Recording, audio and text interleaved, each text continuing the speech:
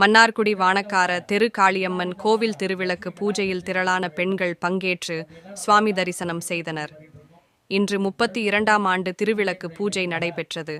மன்னார்குடி சுற்றுவட்டார பகுதியைச் சேர்ந்த 1000த்திற்கும் மேற்பட்ட பெண்கள் பூஜையில் பங்கேற்று திருவிளக்கை அம்மனாக பாவித்து பூக்கள் குங்குமம் கொண்டு பூஜைகள் செய்து வழிபட்டனர். பின்னர் காளியம்மனுக்கு மகா தீபாராதனை காண்பிக்கப்பட்டது. முக்கிய விழாவான தீமிதி திருவிழா வரும் திங்கட்கிழமை மாலை நடைபெற உள்ளது.